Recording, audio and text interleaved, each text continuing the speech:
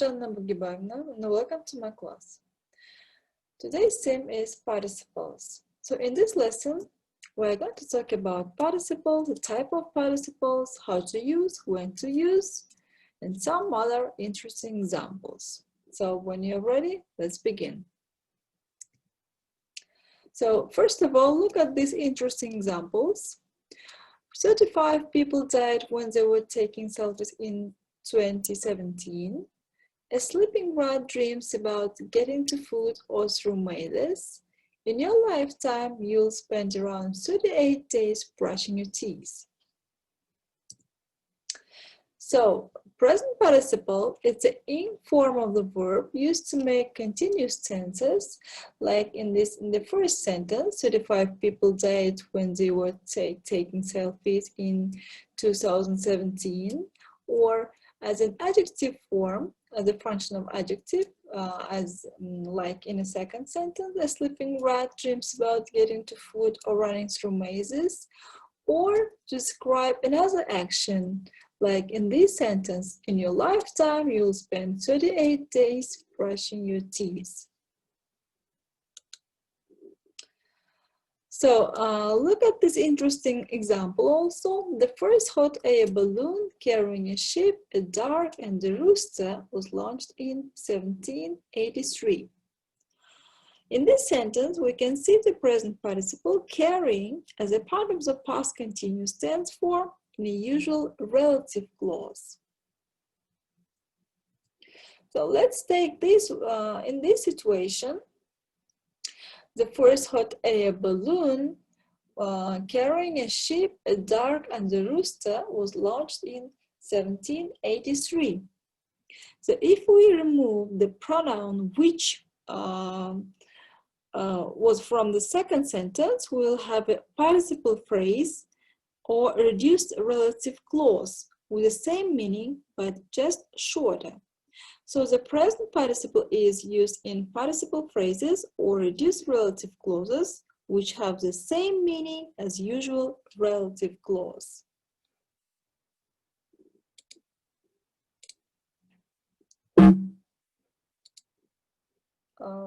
Just a minute. And these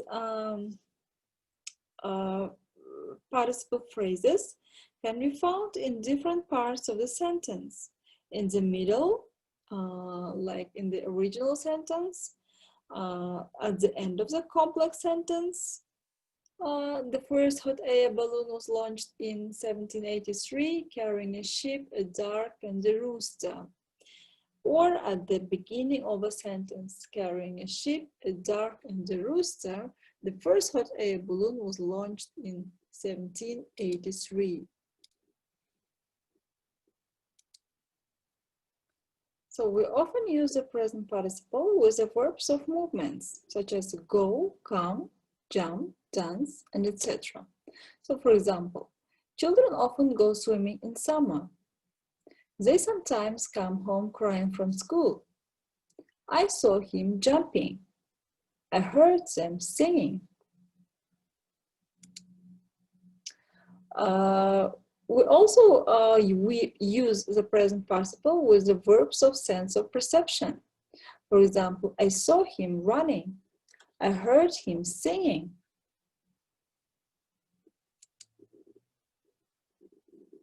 And the present participle is often used with the verbs with spent and waste.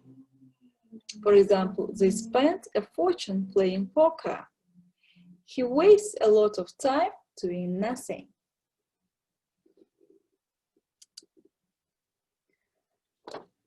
When the present participle is used to describe an action in a sentence, it is also often called adverbial modifier. So it can be adverbial modifier of manner, such as in the first sentence, I have lived in Moscow for 10 years working as a teacher.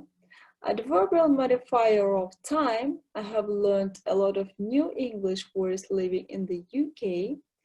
Or adverbial modifier of comparison, or when you make to express disbelief. She looked at me as if not recognizing who I was. Or adverbial modifier of cause, being late, I felt embarrassed.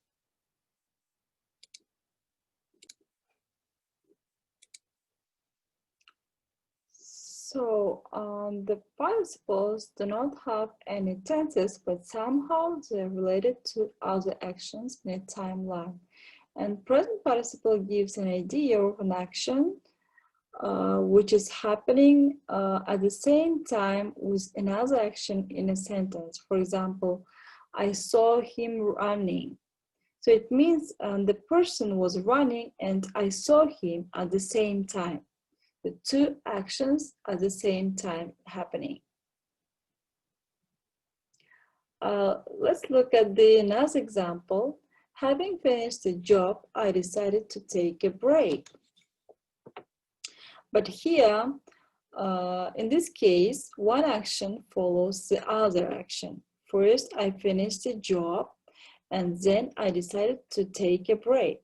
In this case, we cannot use present participle. So we should use here perfect participle.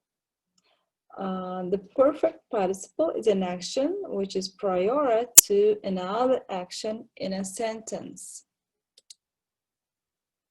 So we use here the form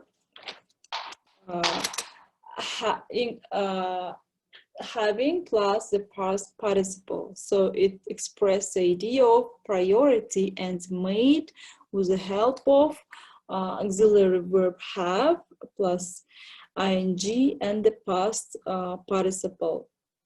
So more examples for you. Having written the test, I handed it in to the teacher. Having spoken to the chief, I wrote a report. So here should be the chief, not chef.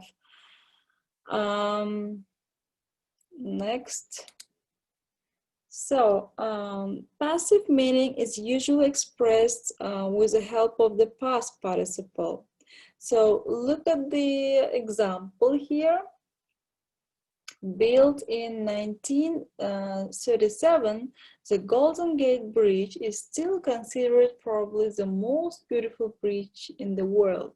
As I have said that the passive meaning is usually expressed with a past participle, so it is a complete action. So look at the second sentence. Being built for quite for a long time, the bridge attracted a lot of investment and workforce.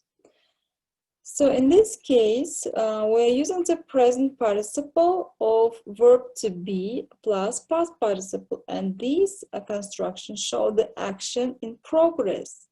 And it is more about the action which is simultaneous with another action.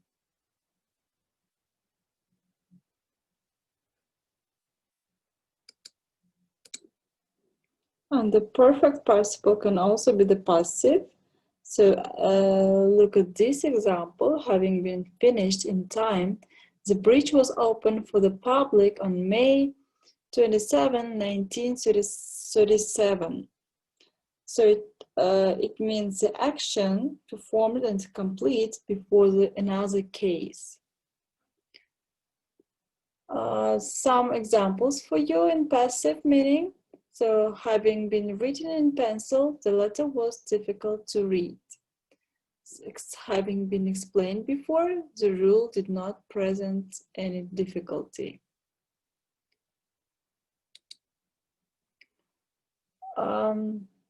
Let's sum up what we have learned from this lesson. So we can use the present participle in continuous tenses. 35 people died when they were taking selfies in 2017. As an adjective, it was pleasant to look at the rising sun.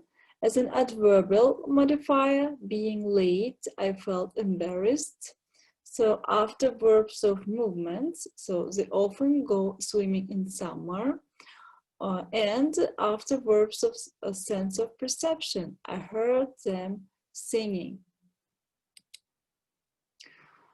So the present participle, if we compare it with the present perfect participle, the type here in these charts is written type, active and passive. Present participle, building the bridge, they spent a lot of money.